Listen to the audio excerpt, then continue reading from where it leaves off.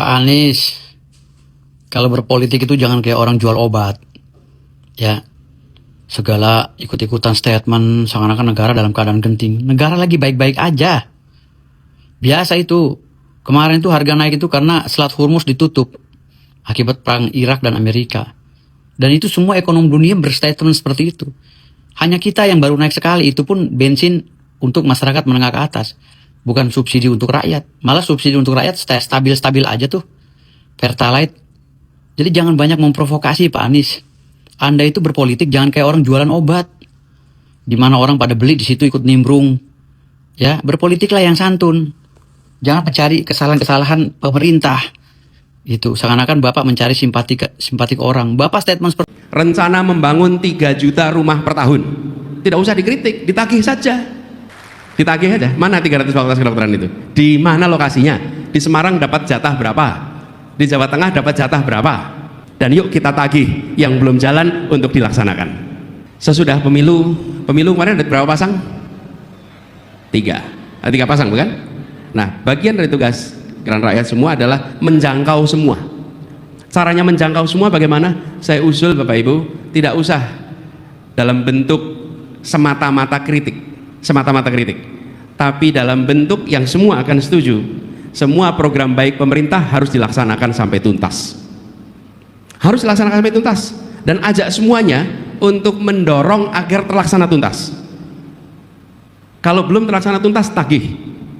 Misalnya, rencana membangun 3 juta rumah per tahun. Tidak usah dikritik, ditagih saja. Mana rumahnya? Sudah 1 tahun nih sekarang.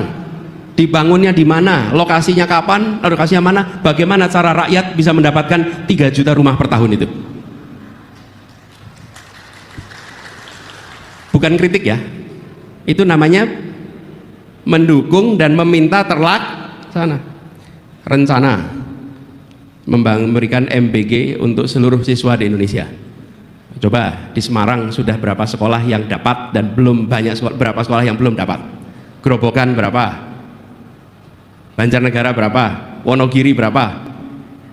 Sehingga Bapak sekalian, ketika kita bicara pasca pemilu, kita tidak mempolarisasi, justru mengajak semua, yuk kita pastikan bahwa berjalan, dan yuk kita tagih yang belum jalan untuk dilaksanakan. Itu Bapak Ibu sekalian yang menjadi mendasar. Rencananya membangun, ini Pak Prof Zainal mungkin ingat, 300 fakultas kedokteran. Banyak dikritik. Usul saya tidak usah dikritik, ditagih saja sekarang. Mana 300 fakultas kedokteran itu? Ditagih aja, mana 300 fakultas kedokteran itu? Di mana lokasinya? Di Semarang dapat jatah berapa? Di Jawa Tengah dapat jatah berapa?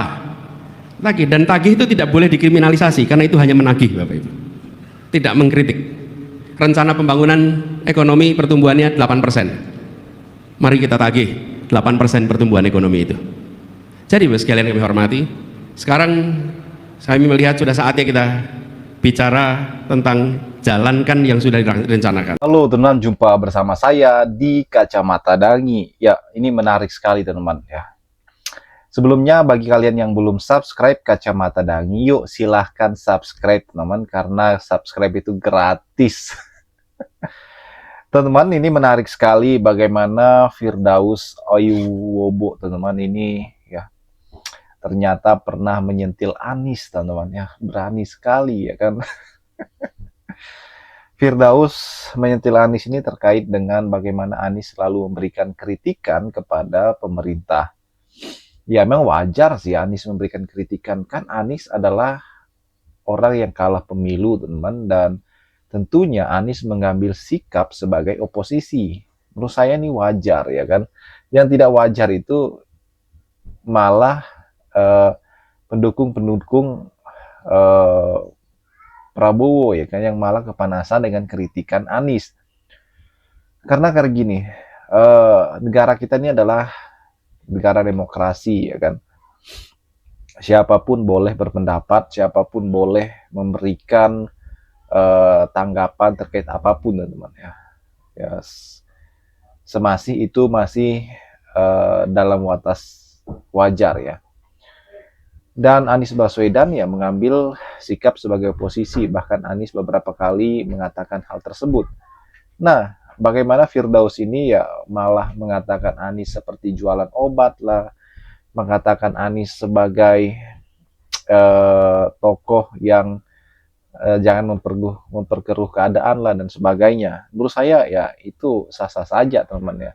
Para pendukung Prabowo mengatakan demikian. Tetapi kalau kita melihat bagaimana Anies konsisten ya dengan komitmen beliau, karena beliau gini, pemerintah kita saat ini teman-teman ya, bahkan partai-partai yang ada ya, mayoritas itu mendukung pemerintah. Hampir tidak pernah kita mendengar ya kritikan dari partai-partai ataupun Pak Dewan DPR yang ada di pusat ya, itu mengkritik kebijakan Prabowo teman-teman. Hampir tidak ada, kecuali PDI ya. Nah, PDI sendiri ya nggak bisa juga menjadi oposisi sepenuhnya ya, karena PDI adalah partai penyeimbang.